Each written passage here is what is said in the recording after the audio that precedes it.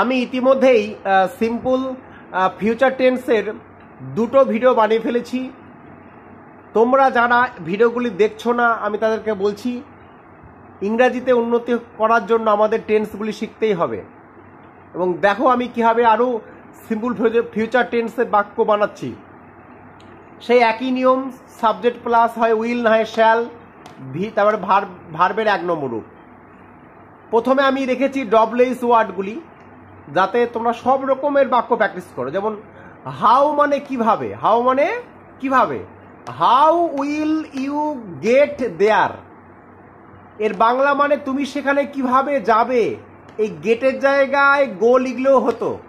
How মানে কিভাবে, উইলটাকে আগে নিয়ে এসে প্রশ্ন করতে হয়, এই বাক্যে উইলটাকে আগে নিয়ে এসে প্রশ্ন করতে হয়, অথবা শ্যালটাকে আগে নিয়ে এসে প্রশ্ন করতে হয়। ব্যাপার হচ্ছে বর্তমানে সব কিছুর পরেই উইল বসে, এই শ্যালটা খুব কম বসে। উইয়ের পরে শ্যাল বসালেও হবে, উইয়ের পরে উইল বসালেও বর্তমান গ্রামারে হবে। তো আমরা এবার পড়াশোনাগুলি করি। হাউ উইল ইউ গেট দেয়ার, তুমি সেখানে কিভাবে যাবে।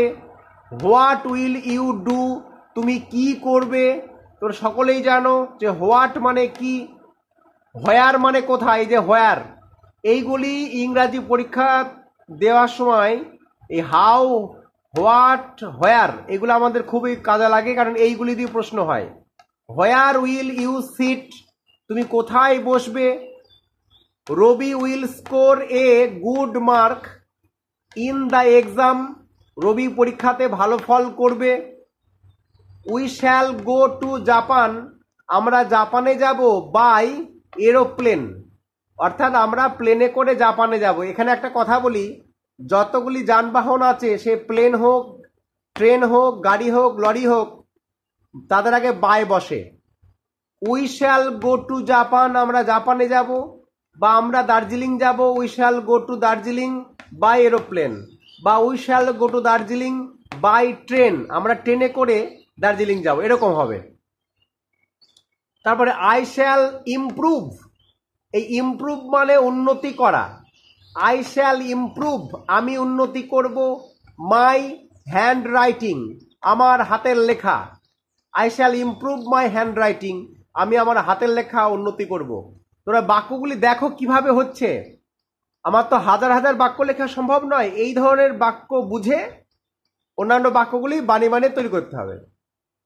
তারপরে he will play video game, সে ভিডিও গেম খেলবে। তারপরে when, WAECN, when, WAECN, when will you go there, আবার হোয়েনটাকে আগে নিয়ে এসে প্রশ্ন।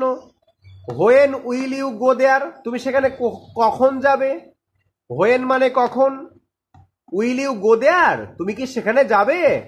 এই সেন্টেন্স, এই টেন্সে উইলটাকে বা শ্যালটাকে আগে নিয়ে এসে প্রশ্ন করতে হয়। আর নেগেটিভ করার সময় উইল এবং শ্যালের পরে নট বসাতে হয়। তোমরা নিশ্চয়ই জানো যে নট বসিয়ে নেগেটিভ করা হয় উইল এবং শ্যালের পরে, আমি এর আগের ভিডিওতে দিয়েছি, তোমরা দেখে নিও।